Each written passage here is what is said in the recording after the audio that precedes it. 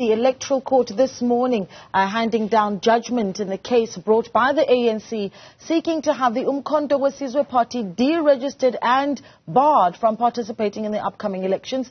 The ruling was meant to be handed down yesterday but was changed for unexplained reasons. The governing party claims due process was not followed in registering the MK party. Well, Newzroom Afrika's Ziyanda, Ngcobo and Juniour Kumalo are outside the High Court in Johannesburg. They join us now live. Ziyanda, I think let's start with you. Perhaps a brief reminder of what it is that we heard last week.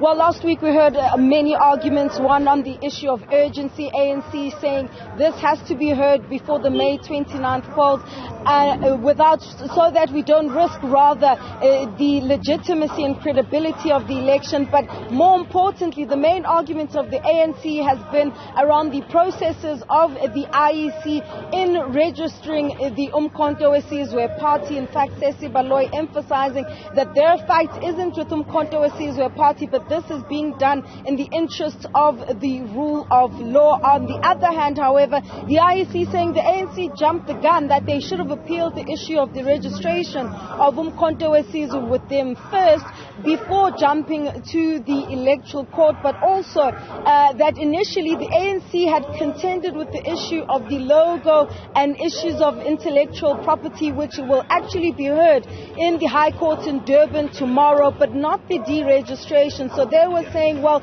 you only brought this matter to us months after having already known about the registration of uMkhonto weSizwe, and uMkhonto weSizwe's lawyers echoing that sentiment, in fact arguing that the only reason why the ANC has sprung to action is because their former ANC president Jacob Zuma has thrown his weight behind uMkhonto weSizwe. Now, when we look at what the outcomes and the implications will be, Naledi, which is the most crucial thing here, is what happens if uMkhonto weSizwe is deregistered, or if they're kept on the ballot.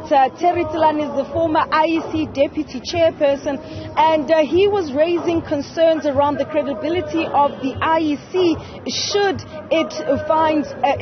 the Electoral Court, I say, find in favor of the ANC. Let's listen to what he had to say. If the Electoral Commission has erred in terms of its decision to recognize the MK or did not follow proper procedure, it will have serious implications in terms of the credibility of the Commission. And it is therefore important that this Electoral Court looks into this matter in a much more serious way because of its implications for the country, and also its implication in terms of the credibility of the elections and that of the IEC.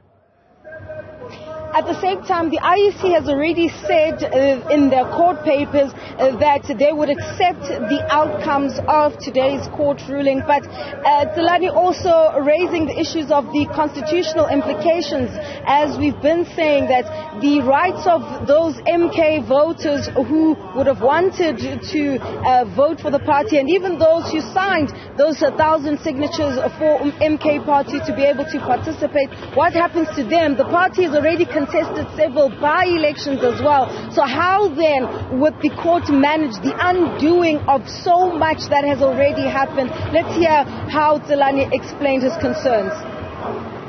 I would be surprised if they lose this case and just leave it and say, that's it, and not really challenge it at the constitutional level. Particularly because, as you correctly pointed out, MK party is already a registered political party. It's already participated in quite a number of by-elections. It holds, I think, if I'm not mistaken, some wards already in the country. And it has registered properly to participate in these elections like all new political parties. Now, a decision to deregister them would have far-reaching implications. So definitely one of the other things that has come out is that there's no way, of course, that the IEC could reopen the process of registration just simply because the election date has been gazetted. So a very important case just before the May 29th polls, and certainly the reaction may have an impact on the election campaign trail going forward. And that's why I'm going to take you to my colleague Juniour Kumalo, because he'll be looking at what the reaction will be from both uMkhonto weSizwe and the ANC. Juniour, what can you see from where you are? Thank you so much, Ziyanda. We are outside the court, the High Court. I'll just step outside the picture and just allow my colleague Luyanda just to show you some of the MK supporters that have gathered here. We expect that a lot more will come. We would have loved to get comments from these supporters who've come here, but they've indicated to us that the leadership is going to come and they are the ones that are allowed to speak to the media. But quite a few, even as you pan towards our right, there's also a marquee that has actually been set up that is also selling merchandise from uMkhonto weSizwe. We see some of the t-shirts with that face of the former President Jacob Zuma there as well. So we expect that a lot more of these supporters are actually going to come here. But when it comes to the ANC, we did speak to the ANC spokesperson, the ANC, and they confirmed that the spokesperson Mahlengi Bengo Motsiri will actually be here. They had said that she would be here around 8 o'clock, but we don't see any contingent from the ANC that has come here already.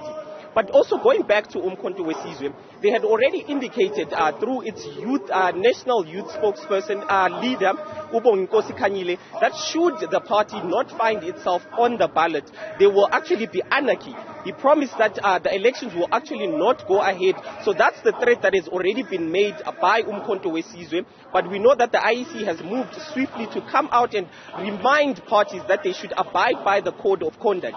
We know that the code of conduct kicks in when the president declares the election date, which was done in February. So the code of conduct says you should not promote violence, but you should promote a free and fair elections. So the IEC was quick to remind uMkhonto weSizwe that they should actually be promoting a free and fair election.